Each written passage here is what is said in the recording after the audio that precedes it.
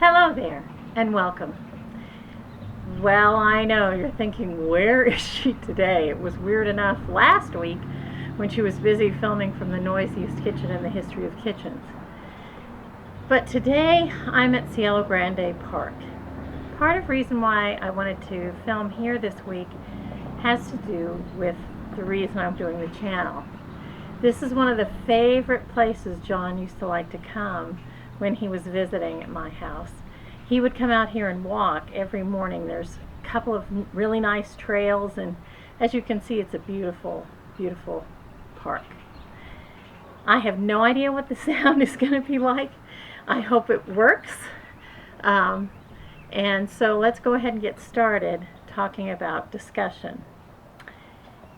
Discussion was really the bread and butter of both mine and John's career. And by discussion, I don't mean, forgive my language, just shooting the shit. John could do that very well. He was a fun person. He enjoyed a good party, and he liked talking with people. But really, discussion is more shaped and more driven by ideas. And the best discussions often help students wrestle with complicated issues. I talk about discussions this way because they really aren't debates. Debates are another kind of thing. That's a rarefied sort of political confrontation. A designed confrontation is a debate, whereas a discussion is not necessarily confrontational. It's an opportunity for students to examine an issue and not necessarily take one political side or another, but really to examine it, to lift it, to consider it, to reflect on it, to be imaginative in relationship to it. And discussions could lead to better writing because essays often come out of discussions that students have. So to give you an idea of what kind of discussion John might have done, he might have presented the Fifth Amendment to the students. Now, most of us are familiar with at least the concept of the Fifth Amendment. The Fifth Amendment really, for most of us, we think, right to remain silent. Now, that's an interesting idea, and you could start a discussion on the Fifth Amendment with students simply reading it aloud, one of the students reading it aloud, or you reading it aloud, and then asking, well now, why would the framers feel so strongly about this issue of silence? It seems in a way counterintuitive because of course we all have a right to be quiet. We just don't choose to be quiet. We don't choose to not talk. So it's got to be something more than that, right? And John was so experienced as a discussion leader and as a teacher, he would have known that the students would have come up with certain assertions trying to explain first, why does the Fifth Amendment exist and what inspired it? All right? And they might have discovered in the process of discussing it that, wow, this issue of remaining silent, that is a right to us. We can remain silent. But it also limits the state on what it can do to the individual. And the students might ask, now, the fifth, which is the right not to self-incrimination and to remain silent in the face of questioning, is a little bit probably related to the eighth, which is relates to cruel and unusual punishment. And if you look at those two amendments, you see, wow, they're really sort of tilted in favor of the individual rather than the state. Why would our framers want to do that? Why would they want to tilt a foundational document in the direction of the individual? Well, simply put, they knew that the state automatically has a huge advantage in the world of jurisprudence. The state is big. The state has more power than the individual ever can have. Now, admittedly, we have situations where very wealthy and powerful people have managed to use the mechanisms of the individual protections to get away with stuff.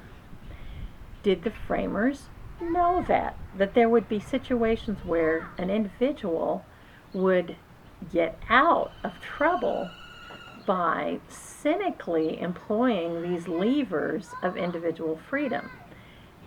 And I think John would have ushered in the thought that yes, they knew that that was a possibility, but I think they honored the idea of the state being as just as possible over catching everybody. They saw the greater threat in the state's power to imprison and even destroy than in the individual's opportunity to possibly get away with something. So that kind of discussion would have been very interesting in a group of students who were first wrestling with this idea of the difference between individual rights and the power of the state and the obligation of the state toward justice. One of the things that's interesting here is the whole of that document, the whole of the founding documents around our nation has to do with the state as a mechanism of law, not of the individual. That in the past, monarchies and different types of single ruler states, the state becomes the arm of the monarch. And if the monarch is cruel, the state is cruel. But the framers were very interested in a state that was objective, that did not engage in retribution, that did not engage in personal vendetta. The framers were very interested in a system by which the state was entirely objective and as just as any human state possibly can be. Now, can you imagine a more interesting discussion, especially from students who are wrestling with it for the first or maybe the second time in their lives? This idea of justice and how it's applied to the citizenry. I would have loved to have been in John's class, and I know from the little bit of his channel that I've seen where he's presented materials to students, I know that he was very interested in the way they responded to these ideas. And this is the other part of being a teacher in a discussion room. You, like the state, must be neutral. You can be open about your own personal feelings on an issue, and I'll talk about that in tomorrow's episode. But it's absolutely essential that you do not favor one student or one group of students over another group. You need the students to have the opportunity to speak their minds and to examine their ideas, and you need to respond to them with logic and with history rather than with personal reaction. It's a big temptation to do that in discussions that are about really elemental things. And the temptation that I found, there were some things I knew I couldn't discuss with my students. I couldn't discuss the death penalty with my students. I was not neutral about it. I couldn't discuss abortion with my students. I was not neutral about it. And if I knew that it was going to be too hard for me to hold myself apart from that element of discussion, then I simply didn't do it. But any other discussion, I was happy to partake in. And I liked discussions of ethics even more than discussions of law. And tomorrow I'll be able to talk to you about a discussion I had very often with my students, and talk to you about the things I anticipated and I discovered when they had an opportunity to discuss something thorny and difficult. That's it for today. I hope you have a glorious rest of the day, And I hope you see me again, you gorgeous people.